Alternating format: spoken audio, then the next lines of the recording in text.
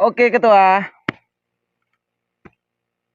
selamat datang di OON, obrolan orang deso. Jangan lupa subscribe-nya, biar kami semangat mengkritik negara yang menjunjung tinggi keadilan. Katanya, polisi akan menghapus data STNK Anda kalau sudah mati selama 2 tahun. Menurut Ketua kayak mana itu Ketua? Setuju Ketua itu sama peraturan kayak gitu?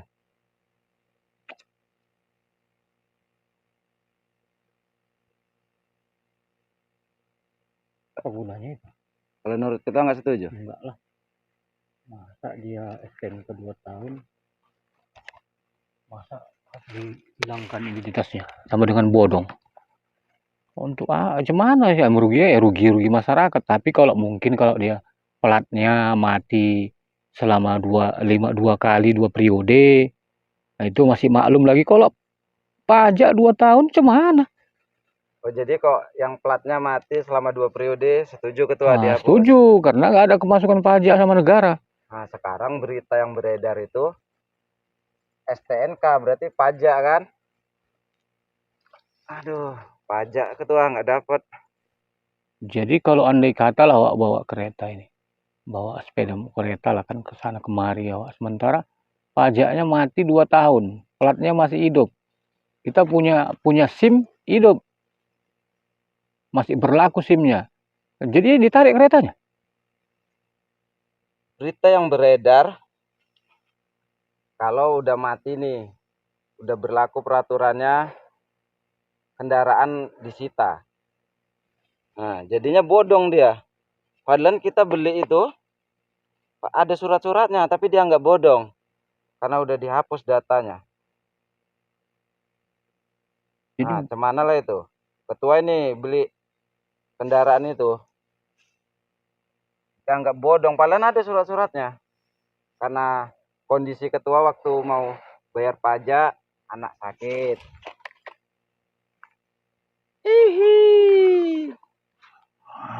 Besar ketua. Asal tuh. Hancur. Karena faktor lah ketua itu nggak bisa bayar pajak. Jadi masa langsung main-main hapus aja itu. Jadi kalau udah dihapus bodong, jadi misalnya kita mau ngurus balik lagi bisa nggak? Nah itu belum tahunya itu, nggak ada berita yang beredar kan.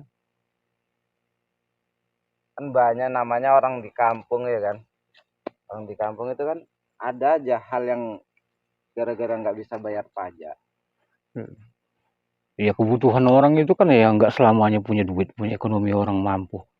Ya pada saat anak sekolah lagi yang mau dibayar, kebutuhan hidup, nggak tahu lah harga cabai berapa, harga berapa, mengurusi pajak ini cuman sementara itu kan pajak itu termasuk kalau macam-macam orang macam kayak awak ini miskin kayak gini, uang lebih yang ngurus pajak itu. Kalau katanya untuk kebutuhan ya nggak mampu lah. Nah jadilah seandainya langsung main sita-sita aja kan. Maka dia raja di kampung, habis sekampung itu kendaraan habis ketua.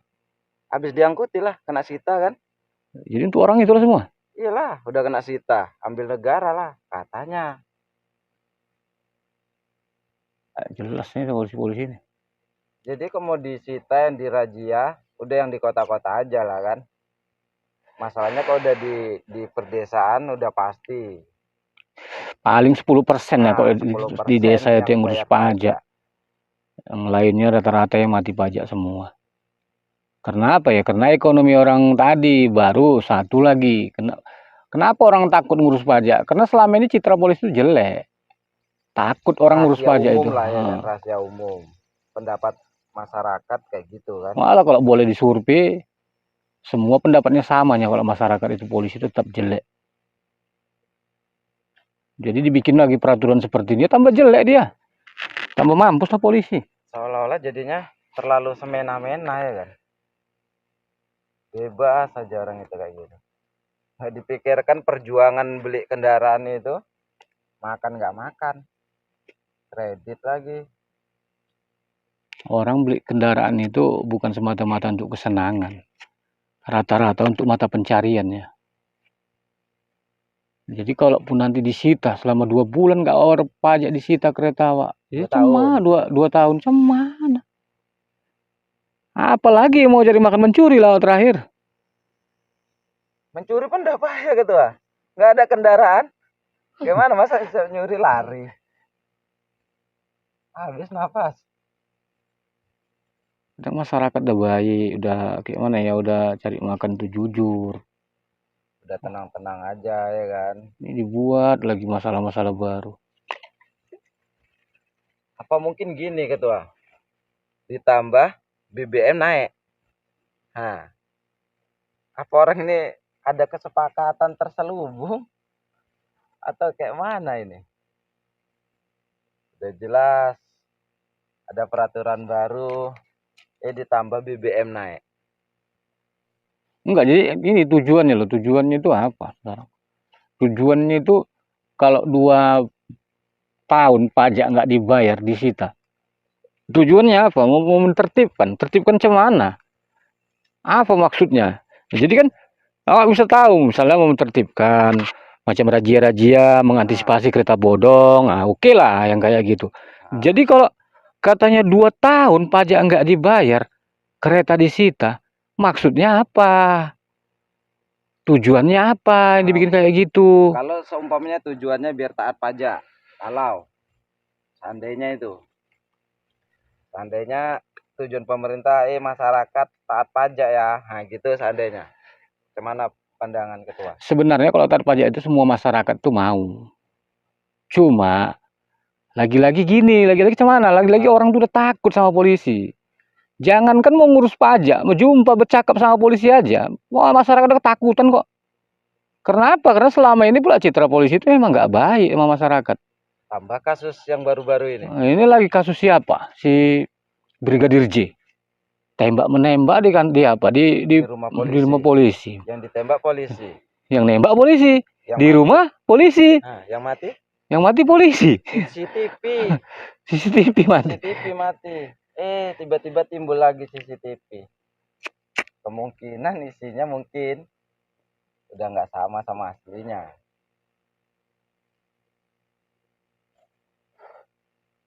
Jadi kalau untuk bikin polisi itu biar citranya baik di mata masyarakat, aku rasa itu berat. Kayak mana pun ceritanya, ya kan? Nggak mampu lah. Karena memang orang, memang cemana ya dibilangnya, awak sendiri aja lah, nggak usah kan orang lain lah. Awak sendiri aja memang nengok polisi ini memang nggak srek lah. Katanya aja yang mengayomi, melindungi. Ya tapi kenyataannya tiba bayar pajak telat sedikit, udah besar. Lewat 1 hari dendanya setahun. Lewat 2 hari dendanya setahun juga. Jadi cuma apa memang peraturan polisi itu memang dibikin polisi sendiri, apa memang dibikin undang-undang lagi, undang-undang sama macam orang anggota dewan itu? Bisa jadi diatur undang-undang sama orang dewan. Cuman salah kan, ada oknum-oknum. Contohnya yang lagi kita ngurus SIM kan, mutar sana, mutar sini, datang calo, sini sama aku cepat, katanya kan. Kenapa pakai calo cepat? Kita ngurus sendiri muter-muter. Nah, dari situ aja kita lah udah tahu baca. Kita lah masyarakat awam kan. Awam kan sama dengan bodoh sih sebetulnya. Ngertinya kan, masalah kayak gitu. Cuma kan udah survei, udah buktikan juga bahwasanya memang ngurus SIM itu susah apabila langsung. Langsung susah, aturannya kan langsung lebih gampang ya kan. Kenapa ada yang nawari sama aku aja cepat? Loh kok bisa cepat? Unsurnya itu kayak mana bisa gitu? Oh, udah pasti udah ada bagi-baginya lah, nggak mungkin enggak. Mana mungkin orang tuh mau kerja sia-sia. Sekarang makin dipersulit lagi rasaku ketua. Ngurus SIM harus ada BPJS. BPJS ini pun seolah-olah jadi apa? Jadi pajak. Jadi pajak warga dia. Kan jadi pajak, jadi upeti sama negara. Sekarang lagi BPJS, wah lebih susah lagi. Sekarang kalau kita mau misalnya kita punya kartu BPJS. Kartu BPJS kita ini sudah mati selama 2 tahun. 2 tahun lamanya mati. Kita ngurus baru nggak bisa. Jadi melanjutkan Kita harus melanjutkan yang ada dengan cara denda-dendanya. denda-dendanya harus dibayar. Dan denda-denda dibayar itu bukan langsung bisa dipergunakan. Menunggu Nah, lagi. contoh gini, kita kena dendanya nanti dalam 2 tahun itu kenanya 1,5 juta. Itu denda aja. Nah, sudah kita bayar 1,5 juta, tapi nunggu prosesnya. Nunggu 30/40 hari baru bisa digunakan. Jadi orang sakit rupanya bisa digitu kan. Jadi 40 hari aja dulu sakit gitu ya kan. Jadi kalau gini, kalau misalnya kita mau pergunakan lagi, memang pergunakan itu hari juga secepatnya, bayar lagi. Bayar lagi denda itu Cepat. dikalikan dia, entah berapa persen dia mengalihkan tadi. Misalnya kita kena 1,5 juta itu kan iuran wajib yang kita bayar. Ya. Nah, kena 2 tahun jumlahnya 1,5 juta, itu iuran wajibnya kita bayar. Setelah kita bayar itu kan, maksud hati awak ini kan mau dipakai. Iya. Mau dipakai itu hari juga. Rupanya ada denda lagi. Kalau kita mau nggak bayar denda yang keduanya itu lagi, nunggulah 35 atau 40 hari baru bisa dipergunakan. Tapi kalau kita mau pakai itu langsung itu hari juga, harus bayar denda lagi. 900.000. Oh, berarti dendanya. pengalaman ketua sendiri. Oh iya, semalam itu waktu berobat. Orang rumah waktu pas operasi semalam. Mau pakai cepat, bayar denda lagi. Berarti 2 kali denda. Iya, 2 kali denda. Ibaratkan gini lah, itu bunga dari bunga dari yang selama 2 tahun tadi yang nggak kita bayarkan tadi, dihitung dia bunganya. Itu termasuk itu dendanya lah, kan iuran wajibnya tadi misalnya 1,5 juta kan, itu kan iuran wajib dikalikan dalam tempo 2 tahun, jumlahnya kan 1,5 juta. Iya. Itu kita bayar kan dengan harapan kita bayar itu kan kita bisa makainya langsung. Iya. Nyatanya enggak. Kalau kita mau pakai langsung harus bayar lagi. Dendanya ada aja dendanya. 900.000 loh dendanya yang mau kita bayar. Jadi kalau kita nggak mampu, yang betul-betul nggak mampu, cemana?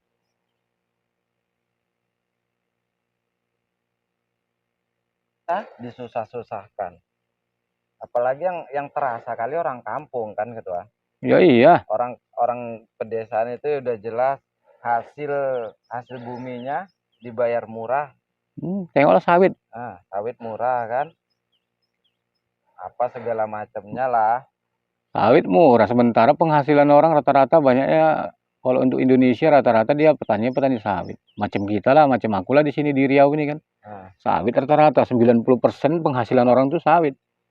Pada saat ini sawit tengoklah anjloknya minta ampun, jangankan untuk bayar kredit. Untuk makan aja, untuk bayar sekolah aja cengap-cengap. Tapi dipaksa harus patuh semuanya. Harus patuh BPJS, harus patuh pajak.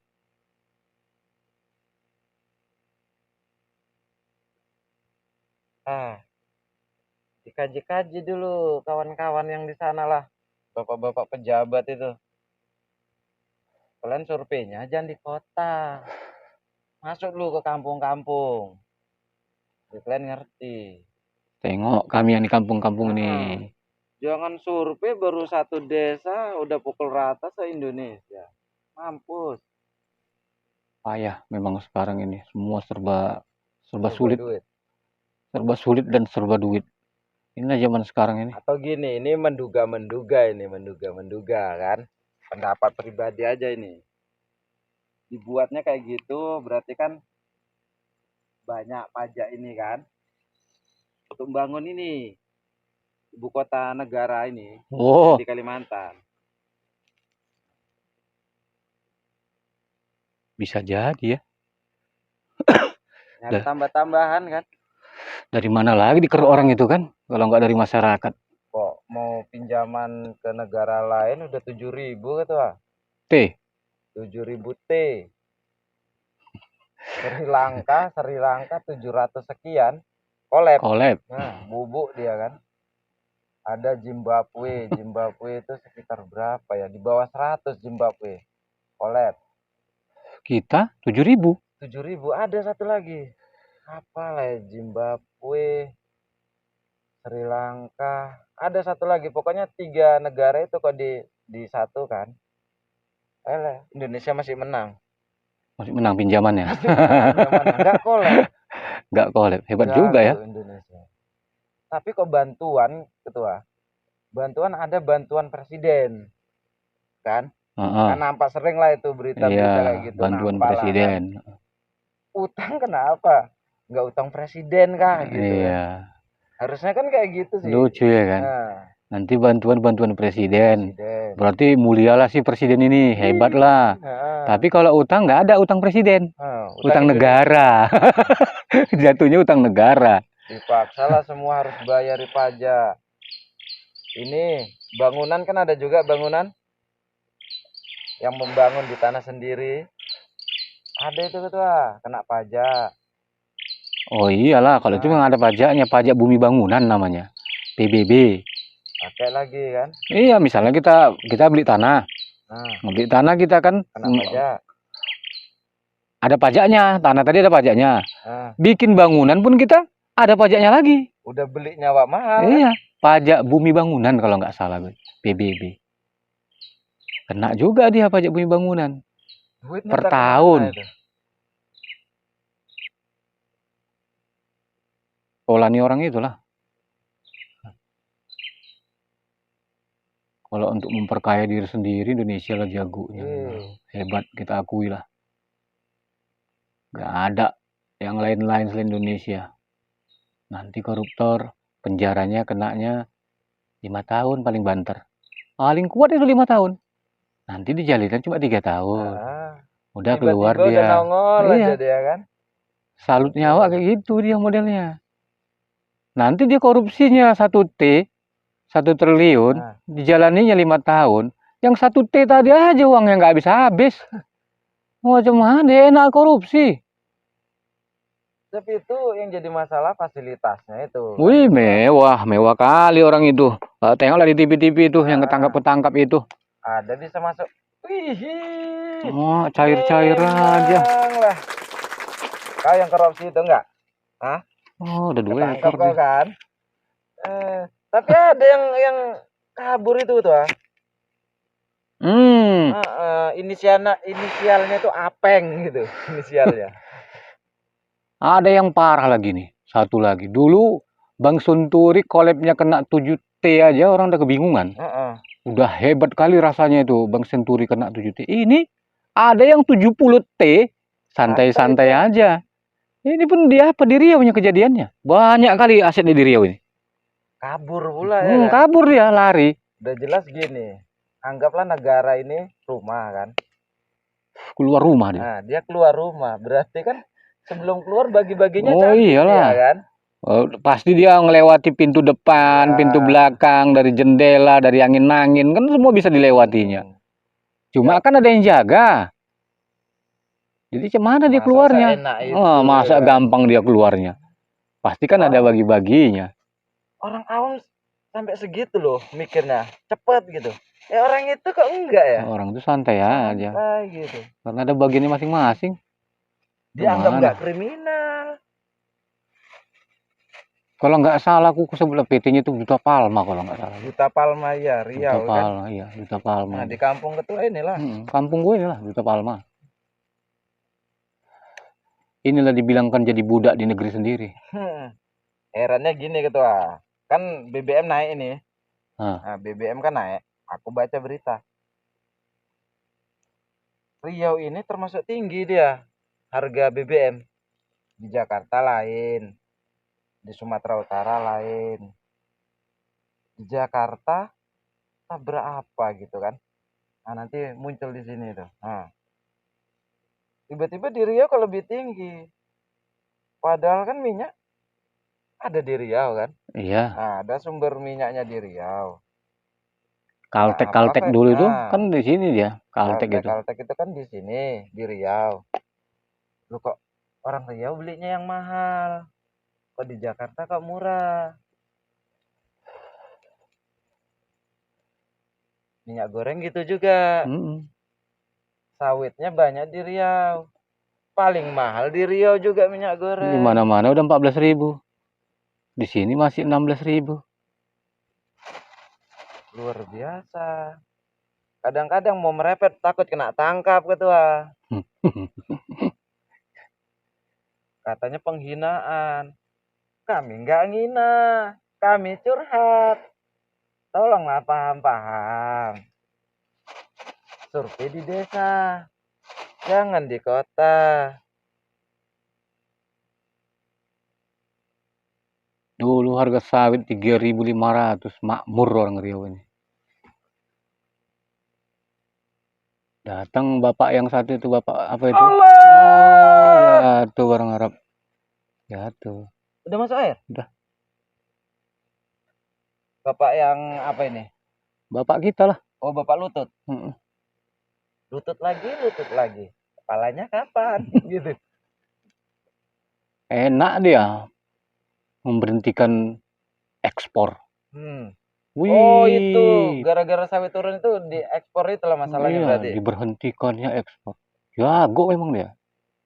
Setiap udah siap itu udah morat-marit, dibukanya lagi. Dibukanya keren. Pikir rawa dibukanya bisa ditanggulangi, ya tambah parah. Sampai sekarang. Pikir bisa normal lagi. Iya, awak pikir semalam bisa normal lagi, hebatnya itu. Gagahnya dia tuh seorang bapak tadi. Gagah bapak kali. yang nutup itu ya tahu, bapak kepala. Bapak itulah, wah entahlah. Bapak lutut. Nggak tahu lah aku bilangkan bapak itu hebat kali, gagah kali lah. Waktu Kita pas nutup tutup itu. ekspor katanya kan. Wih, gagah kali. Luar biasa. Biar orang luar negeri, ampun, tolong gitu ya kan. Rupanya ada yang nyalip. Nggak tahu dia tetangga sebelah. Disalip lah sama tetangga sebelah. Aturannya kan orang-orang yang terpilih itu berarti orang-orang yang lebih daripada yang ada yang di bawah-bawah ini. Itu di otomatis dia namanya dia orang terpilih. Sama macam beasiswa. Beasiswa itu kan orang-orang yang terpilih dia yang bisa mendapatkan beasiswa. Begitu juga pimpinan. Orang-orang yang terpilih ya orang itu. Di antara masyarakat yang ada. Masa pola pikirnya kalah sama masyarakat? Kan berarti kan bukan terpilih memang karena memang kebijakannya. Berarti dia terpilih karena partainya lah mungkin. Mungkin karena kawannya. Orang dalam loh gitu. Baik ditutupnya, dibukanya sampai sekarang ngomong pun masalah sawit nggak berani lagi tengok. Harga sawit pun nggak bergerak. Bergerak, tapi 10 perak. 10 perak naik. Naiknya. Pak turun? Turunnya 1.000. Cuman itu. Asu. Kau tengok yang di mana itu ada satu lagi kurasa yang di Jambi tadi mana itu ada tuh beritanya. Oh, dia ini punya kebun sawit. Oh, Lampung, tahu aku itu Lampung. Lampung kan. Dia punya kebun sawit, saking stresnya dia nengok sawitnya. Dulu waktu pas mahal sawitnya, malam-malam dininjau orang sawitnya. Waktu pas mahal, dia dapat kebagian misalnya dia manen nanti dapat 2 ton, dapat aja 1 ton, yang 1 ton dimaling orang. Nggak jadi masalah sama dia. Karena harga masih mantap tadi. Sekarang maling itu diundangnya datang. Disuruhnya ambil lah, panen lah. Nggak kan kau kutangkap. Malah kau kusuruh kau panen ladangku. Sebetulnya itu sindiran untuk orang-orang yang nutup kemarin tuh yang buat kebijakan kan. Ya iyalah, sebenarnya ke situ larinya. Cuma orang tuh nggak dengar. Budek kupingnya. Tapi kok dibilang budak orang itu nggak terima ketua. Tangkap apa? Ibu. Mau kita kena ciduk tuh. Pasal apa? ITE, sikit-sikit ITE sikit-sikit.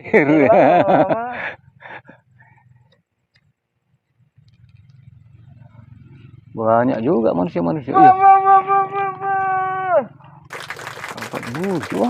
jago nggak narik. Nggak betul ini. Dia mancing apa enggak? Ngerti aku. Ups. Itu mancing itu. Itu pun udah stres juga itu. Orang pada pengangguran. Iya, kemana mancing semua orang. Sawit nggak laku. Nggak laku sawit, apa yang mau dikerjakan orang? Ya bagus mancing lah, daripada bikin rusuh sana sini. Cari kedamaian orang itu dah. Berdamai diri sendiri itu namanya. Cari dia kesibukannya yang tak merugikan orang lain.